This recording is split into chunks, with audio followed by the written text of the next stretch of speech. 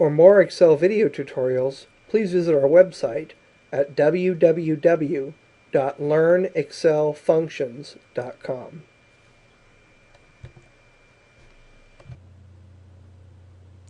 In this video, I'd like to show you how to put a basic formula or function into a spreadsheet inside of Microsoft Excel. And the example we're going to use is going to be finding the total for a series of values and the average for a series of values. So I'm going to go ahead and click on cell E4, and I always begin my formulas with an equal sign. And that lets Excel know that you're going to put a formula in as opposed to text or some numeric values.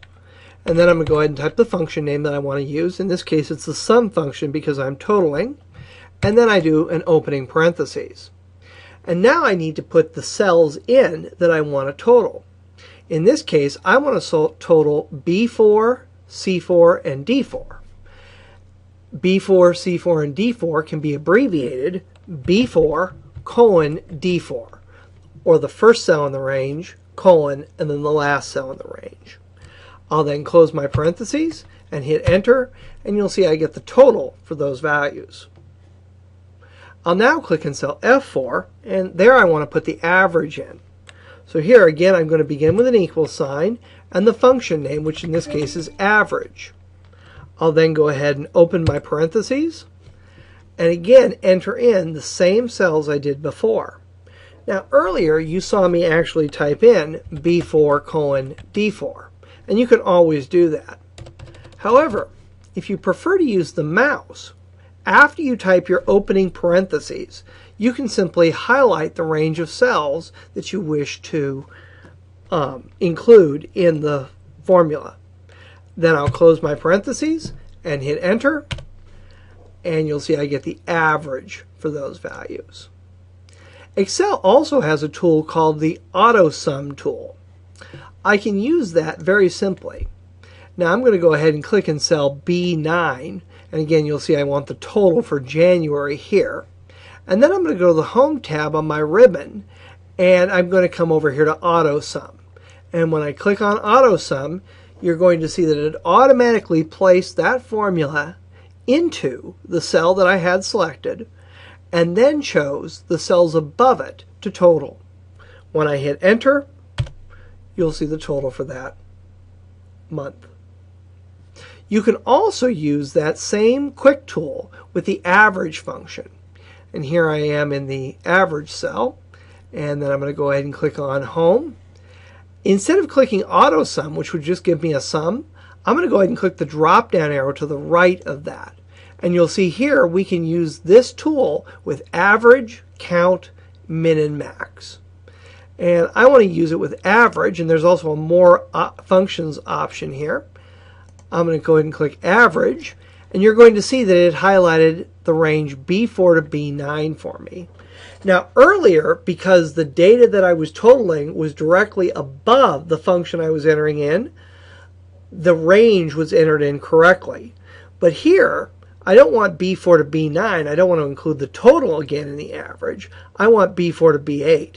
So leaving that highlighted, I'm just going to go ahead and highlight the range of cells that I want, and you'll see it replaces it, and then hit enter, and we have the average now for that month. It's now easy to autofill these formulas down. I'm going to go ahead here and click on cell E4, and that cell contains the total. You'll see here again, I'll double click on it and show you, equals sum B4 to D4. And we want to autofill that function down into the next four cells. So again, I'm going to click on that, and you're going to notice that there's a square box in the lower right hand corner. If I point at that, my cursor will change. Right now I have this thick plus sign, and I can use this to highlight ranges of cells. If I point at that square, you're going to see that the thick plus sign changes into a skinny plus sign. The skinny plus sign will allow me to autofill instead of highlighting.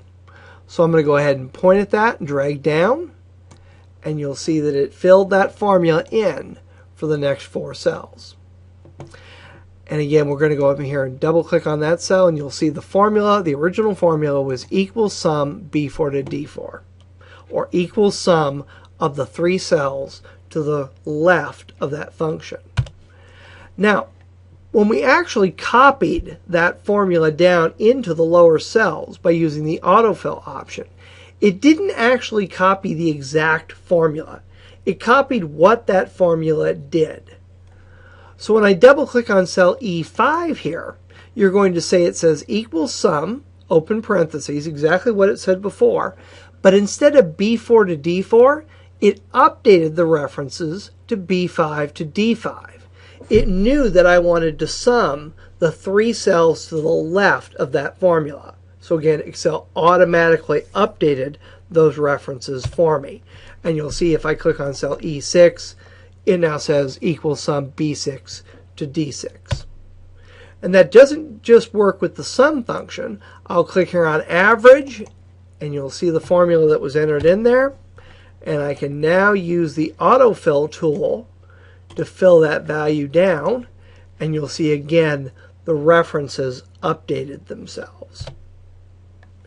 And to complete this exercise, I'm going to go ahead and click on cell B9 and just autofill over, and B10 and autofill over. And that's all it is to putting in a simple formula and function inside of Microsoft Excel. For more Excel video tutorials, please visit our website at www.learnexcelfunctions.com.